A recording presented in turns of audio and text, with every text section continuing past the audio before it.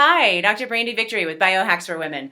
I just got out of the gym. I was working out and it totally dawned on me I didn't get you any inspiration this week. So I just wanted to pop on here really quickly and put this out so you had something to work with, to play with this weekend.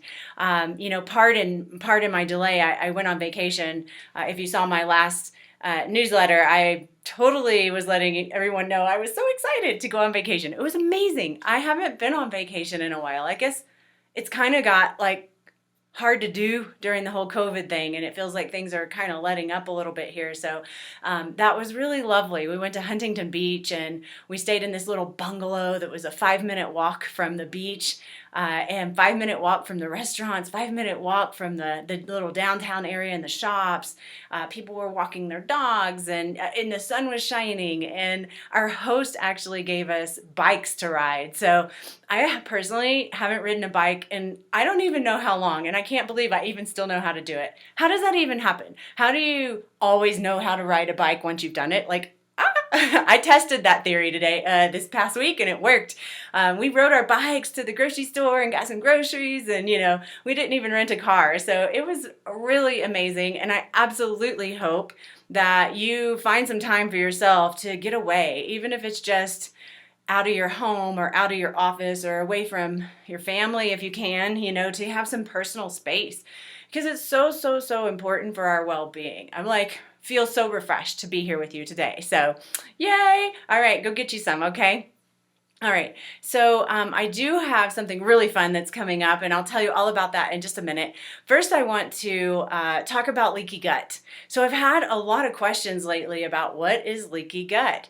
And leaky gut is one of those things, it's kind of somewhat of a newer experience. I know when I was in the throes of my obesity and my body pain and my headaches, my migraines, and all the things that I was dealing with, I'm pretty sure I had leaky gut. But it wasn't diagnosed back then because it just wasn't a thing. And mostly, I really haven't heard medical doctors talking too much about leaky gut, and I don't know that it's a diagnosable condition yet. But people in the holistic world absolutely talk about it. And what's really awesome, and I'm going to put a link to it below, is that there's a doctor, his name's Dr. Zach Bush, and he's an MD, and he's got a degree in endocrinology and metabolism and all these things. And I'm going to put a link below to a podcast that he did, and he talks about leaky gut. And so you'll hear some of the things that I'm talking about, but he takes a pretty deep dive. It's actually a 2-part podcast on Charlene's podcast. And she frustrates me when I listen to it because she interrupts him a lot. So if you can overlook that, but the information that you get is really good. All right. But what is leaky gut? Okay. So leaky gut is a condition where the lining of the intestines, so you have the lining of your intestines is this surface area that allows for absorption of nutrients from the food that you eat. And it allows for detoxification, right? Like letting go of the things that shouldn't be in your body, right? Because we eat food, we breathe air, we drink water, right? We do all the things, and drink alcohol, take drugs, whatever it is, right? We do all the things, and then those things, especially if they're toxic, shouldn't be reabsorbed back into your body. They should be released as toxins should be going out, right? And so as Dr. Zach Bush talks about, if you have an intelligent GI, gut, though, that's what happens. You absorb what you need, you let go of what you don't need. Now, there's a lining of your intestinal tract. Think of your intestinal tract as a tube, and it's really long, and this lining is huge. It's actually, if you opened it up and spread it out, it would cover 2 tennis courts. Like, it's huge. And it's 1 cell thick. This lining is 1 cell thick. So you can imagine it's so tiny and thin, right? So you have this thin membrane that's covering your whole intestinal tract that's supposed to do a lot of different things. And it's inhabited by different bacteria and things that help you digest your food and get rid of toxins. But what happens is, let's just say this is the intestinal tract, okay? And my hands are cells in that lining of the intestinal tract, and they actually seat together really tightly. And where their connection is, right between my hands, that's called a tight junction. And all the cells in the lining of your intestine should have tight junctions that are, guess what? Tight, right? All right. So we have all these tight junctions that are the cells of the lining of the intestinal tract that are seated up next to each other, which allows no penetration of toxins to go through the system. It just allows them to go out. All right. So these tight junctions, though, will become loose. And when the tight junctions become loose, guess what? The things that are going through your intestinal tract can actually get reabsorbed back into your bloodstream. And so it creates an immune response. And it creates a lot of symptoms, okay? So whenever we have loose junctions in the digestive tract, this is called leaky gut. So because things leak out of the gut into the bloodstream and create an immune response and a lot of symptoms in the body, all right? So the reason why these tight junctions get loose is for a number of reasons. So one, pesticides, herbicides, fungicides, xenoestrogens. There's all kinds of toxins in our air, in our water, in our food. Even if you're eating purely organic, you can't get away from it. It is in the air, all right? And so the particular herbicide that is kind of hot on the press right now is called Roundup or glyphosate. And the glyphosate kills weeds. And guess what else it kills? the good guys, the bacteria that inhabit your gut. And so when that happens, the gut lining becomes weak. So, can you eat gluten? Can you eat organic and have it be okay? Yeah, absolutely. You want to eat organic for sure because you want to minimize the amount of glyphosate and other toxins that you're getting in your body as much as possible. I'm telling you, I've had patient after patient. I've been around this industry for over 20 years, and early in my practice, there wasn't organic food. 20 years ago, it wasn't a concept. And then it became one. And early in the day, if I would tell all my patients, eat organic for the same reason I'm talking to you right now, and some of them would and some of them wouldn't. And across the board, like I'm telling you, across the board, those that ate organic and did all the things I told them to do had a greater level of well-being and healing happen for them than the people who didn't. People would take the supplements and spend all the money on my care, but they wouldn't change that part of their diet. They just kept eating conventional, and they just really wouldn't rise up to the level of well-being that they were looking for. So it was pretty frustrating. But now organic is kind of like a thing, right? And so I'm kind of happy about that because it's popular now, and I'm so glad because that's what it's going to take, is making those kind of choices for yourself to prevent things like leaky gut. All right. Other things create leaky gut too, like taking NSAIDs. So that would be like Advil or Tylenol or Excedrin. Those things actually do create loose junctions in the lining of the gut. So, the toxicity level that we have in our environment, we also don't have very good soil quality. And so the plants that are being grown in the soil, like these farms that have just mass farms, and you see like acres and acres and acres of one particular food being grown in that plot. This is called monoculturing. And monoculturing, they grow the same thing over and over and over again, and it pulls out nutrients from the soil. And rarely are they being replenished in such a way that would create food that was nourishing. So we have depleted soils that doesn't allow us to get the nourishment that we need from our food, okay? There's lots of studies out there on this. I can link to some of those in this article, I guess. But food that in 1950, like what your grandmother or your mother was eating, is different than the food that you're eating today. And today they're genetically modifying food so that you can spray Roundup on it and not kill it, and so that you can grow more food per acre. But in that modification, it reduces the nutrient availability, bioavailability of the foods. Like the nutrients in the foods are reduced when we grow more per acre and genetically modify these foods to withstand Roundup. All right. So there's so many reasons why this happens. Okay. And who has it, right? You were like, well, I wonder if I have that. I don't have any GI problems, right? I poo well. I don't have indigestion. I don't have heartburn. Well, I'm here to tell you that many people come to my practice and they tell me they don't have a gut problem.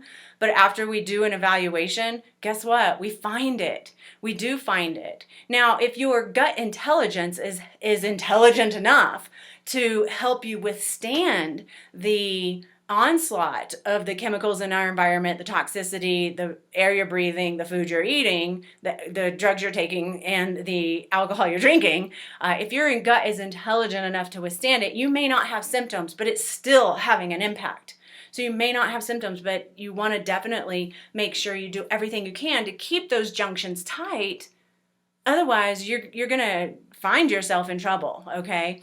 And so many people are like, oh yeah, I'm just getting older because I got this joint pain. It's hard for me to get up in the morning and get moving now because I'm older. But that's a lie. I'm just telling you, that's a lie. It's not because you're older.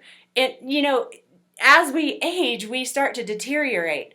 And when we have toxins and heavy metals and terrible air, and we're not taking care of ourselves, and we're not moving, and we're eating crappy food, that deterioration process happens really rapidly. So in essence, yeah, but if you begin taking care of yourself and just doing a few things to begin to mitigate the onslaught of chemicals and toxicity and the things in our environment that are harming you, then you can actually slow that way down, all right? Way down.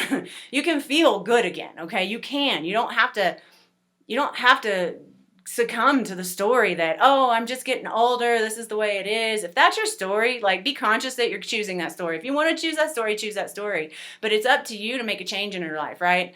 And so what do you need to do first I want to go back to who has it. Basically everyone. There's no one that's living on this planet unless let's say in America. There's no one in America that unless you're you never go outside, you have a full-on circulation system that detoxes your air, and you're growing your own food biodynamically, and you're living on the top of a mountain. I got that part down. It helps. It does.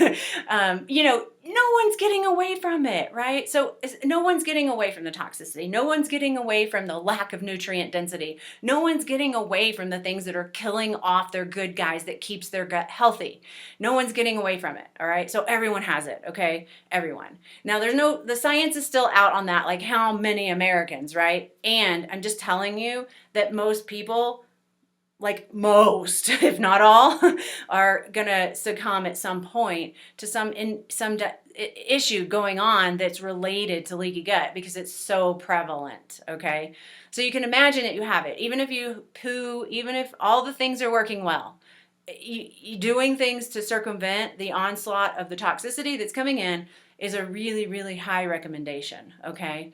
So if you have leaky gut, you might have headaches. So you may have a great digestion, but it might be that you have headaches, migraines, extreme fatigue, bloating, gas, can't get started in the morning, joint pain, muscle pain, especially that kind of pain, body pain that starts in the morning and wears off in the afternoon, then that's, and some people think that's because of aging, but no, that's because you have leaky gut and nothing's working because your whole, your gut is your second brain, right? So your neurotransmitters are made in there, your, B vitamins are made, there's so much stuff that's made in there, but if you have leaky gut and these junctions are loose, the food that comes through gets reabsorbed, or the toxin that comes through to get released gets reabsorbed, and the immune system just says red alert. It doesn't matter if it's bread or cheese or blueberries, right?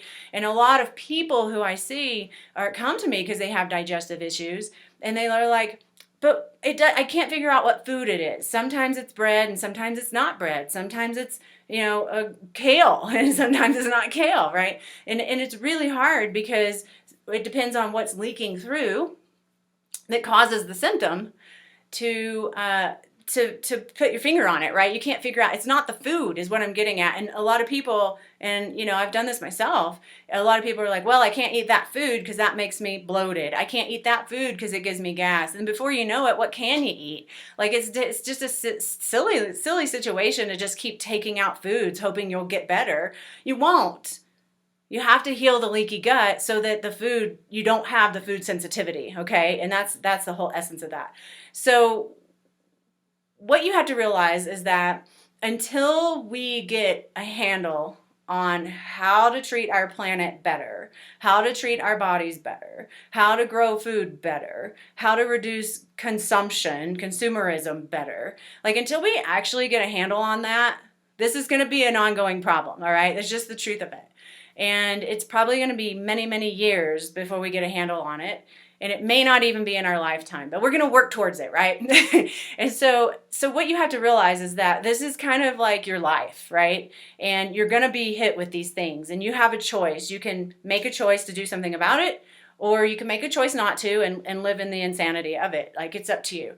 And when you make the choice to do something about it, you're making a choice to live a lifestyle that supports your well-being in the most optimized way, all right? That supports your gut health, that supports building gut intelligence so it can work the way it's meant to, right?